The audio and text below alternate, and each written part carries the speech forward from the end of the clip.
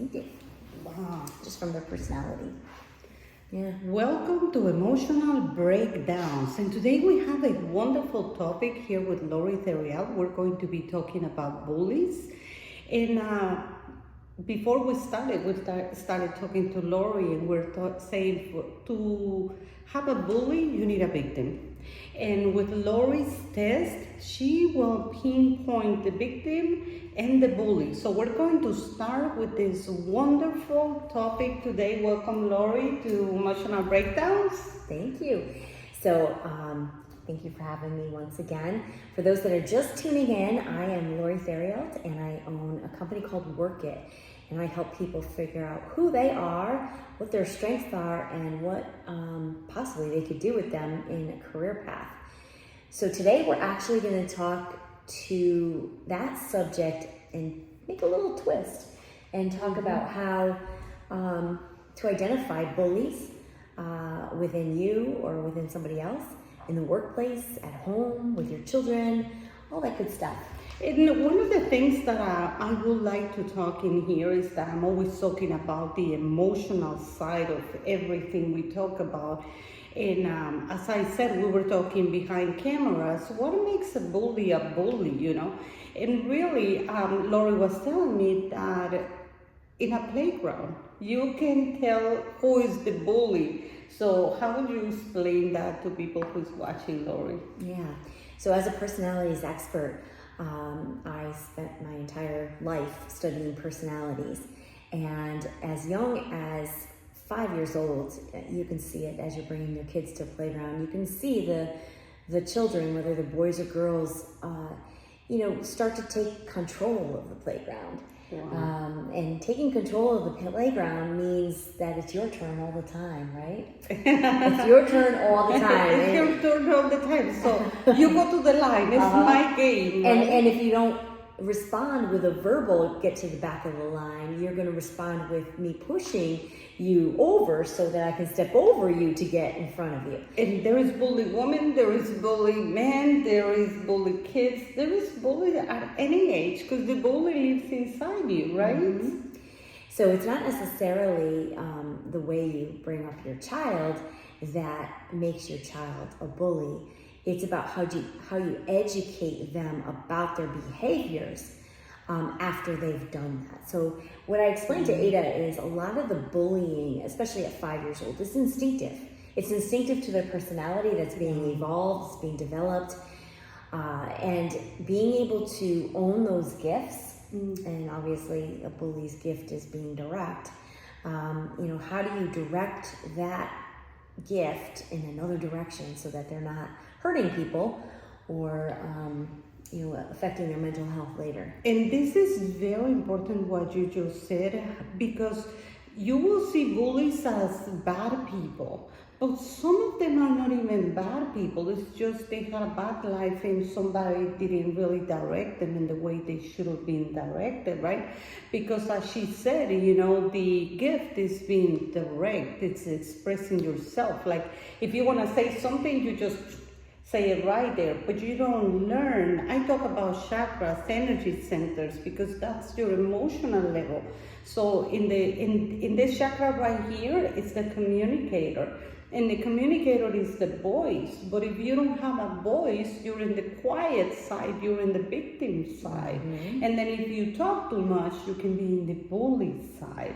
Right? So that is what I love when we talk with Lori, because I said it in energy and chakras, and you said in personality, science, and psychology, whatever it is. But the main important part in here for a mom, for dad, for brothers and sisters, is to know, to recognize a bully and to recognize a victim. This way you can help to raise them in a better way, right? How could you do that, Lori? So, what would you recommend? So the youngest child to enter into my program would be probably around 8 or 9 years old. And by then they're in 3rd, 4th, or 5th grade, I would say. And there's bullying going on, definitely by 5th grade. And I'm sure a lot of parents listening out there would agree that it's almost too late. And like I just mentioned, the 5-year-old on the playground, it's a great way to see the power plays that happen in the playground. You know, for me, it's fun to watch, but to correct or acknowledge those strengths to your son or daughter once they get home, to kind of help them understand how they can better use those strengths the next time they're at the playground. So it's really identifying and educating without reprimanding, especially at 5. I mean, it's more about an education. Yes, reprimanding, reprimanding. That's a good word. One of the things that when I see people coming to do the test, and you help them create their their future in step by step, it's recognizing parts of you that you knew you had them, but you really haven't owned them. You know what I mean? Because I remember being a bully. Mm-hmm. I remember being a bully, and when I met Lori, she said, "Well, you're a bully to the bullies." So, what would it make a bad bully and a good bully? Okay, so that's a good question. So, actually, Ada and I are both bullies. We're bullies to the bullies. So, you definitely want us in your corner, that's for sure. So, we are advocating for those people that don't have a voice, that are being victimized in some way, and we try to nip it as soon as possible, usually taking care of things ourselves, again, because the victim typically doesn't have enough strength within their personality to end whatever is happening. So having people like our personalities in your life can be very beneficial, because we put an end to a lot of people's pain. Yes, and just being direct, putting your boundaries.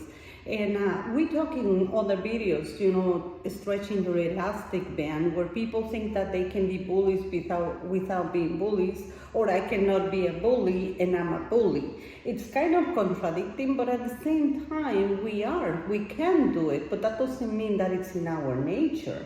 Right? In my nature, I remember being a little kid, 10, 11 years old, and already defending myself and defending everybody else around me, because you stand up for the people. And then I learned that I do care about people, but when a bully is dangerous is when a bully doesn't like people, right? Mm-hmm. So, chances of Ada and I guess, being victimized are slimmer than most people, because we're not afraid to make eye contact.